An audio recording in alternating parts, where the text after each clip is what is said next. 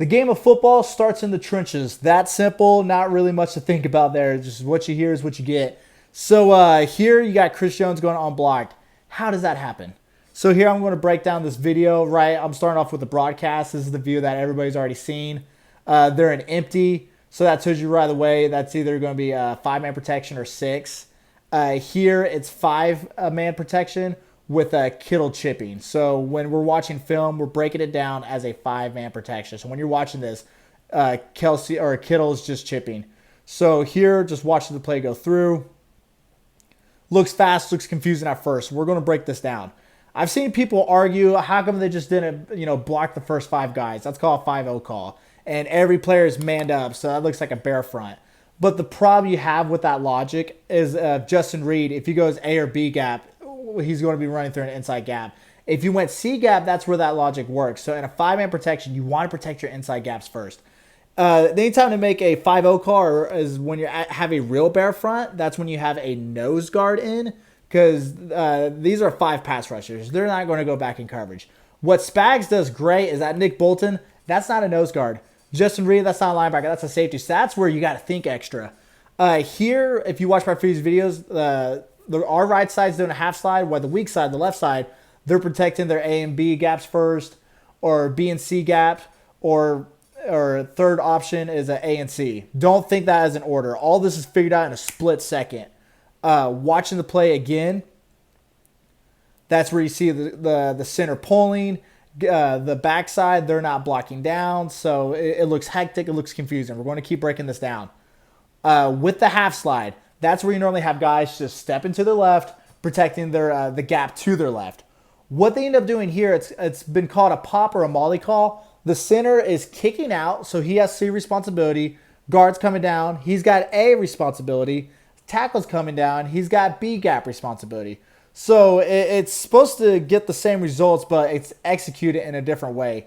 The logic for this is so if the wide receivers, if something's going over the second level, which is the linebackers, those linebackers are supposed to scoot up because they're watching the guards and they see them blocking down. So it's like, okay, is it counter? Is it power? Inside zone? But looking at the back play, no one really goes second level. So that logic doesn't make sense.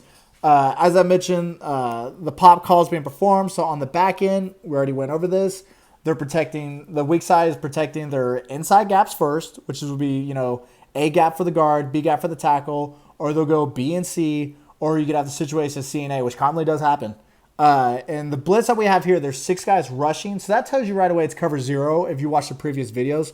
And in this case, as I mentioned, Kittle is chipping, so it's 5-man blocking or 5-man protection. So that's where 6 rushers for 5 guys. So the outside man, he's your one guy that's not getting blocked. Before the snap, this tells you another problem that happened. Why are the guards hands down? They're not running the ball. They're in empty. Purdy was by himself pre-snap. They're not going to run the ball, so get your hand off the ground. From the get-go, you see that guard joining the slide, and that tackle decides to leave his B gap alone. So it is just botched from the get-go. Going over this again, that's where if the guards, the tackles, their eyes are in the wrong spot. So that guard should have his eyes on the A gap. He's got the wrong A gap. If he had his A gap and the tackles protected his B gap, right there, that's how Chris Jones gets picked up. And that leaves George Karlaftis as the unblocked man. That is correct. That's how you do it. As I mentioned, 5 blockers, 6 rushers. Someone's going to come free. Purdy as the quarterback's got to know who his free man is. Looking at the wide angles, now we're going to go over the rest of the play.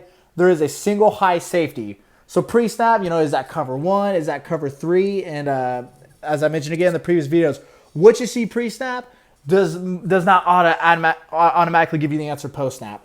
So this ends up being cover 0 because we rush 6, Chiefs rush 6. And then going back to the 3rd and 4, it was 2 safeties, but ends up being cover 0. So Spags does a great job disguising, mixing up his personnel. 49ers straight up were giving Mahomes the answers pre-snap. Like, there was nothing different. If you saw birds on a fence, it was just yelling cover 0. So if the line would have did their job, Jenny wins his battle. Snead over here, he slips. So that leaves Ayuk wide open. Watch, he knows it.